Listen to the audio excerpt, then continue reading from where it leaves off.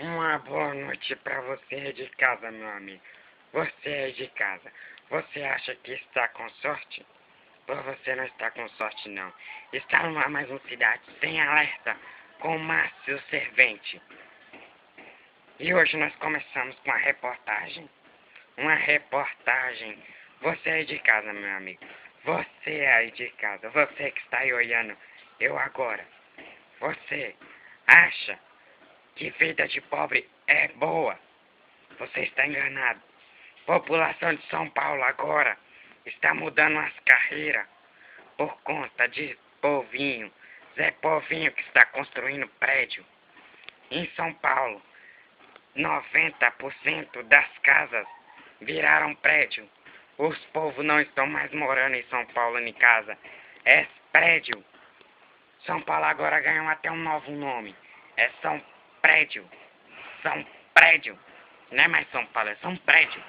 Pra vocês aqui, meu novo visual. Meu novo visual. Porque quem mora em prédio tem que ser bonitão. Eu moro em prédio, eu tenho que ser bonito. Acompanhe agora a minha reportagem inédita. Com Roberto Servente.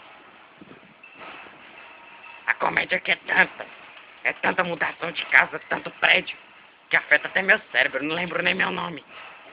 Márcio Servente. Márcio Servente. O Cidade Alerta com Márcio Servente. Agora você aí de casa. Eu pergunto pra vocês aí de casa. Você que está vendo esse vídeo aí, eu pergunto pra você.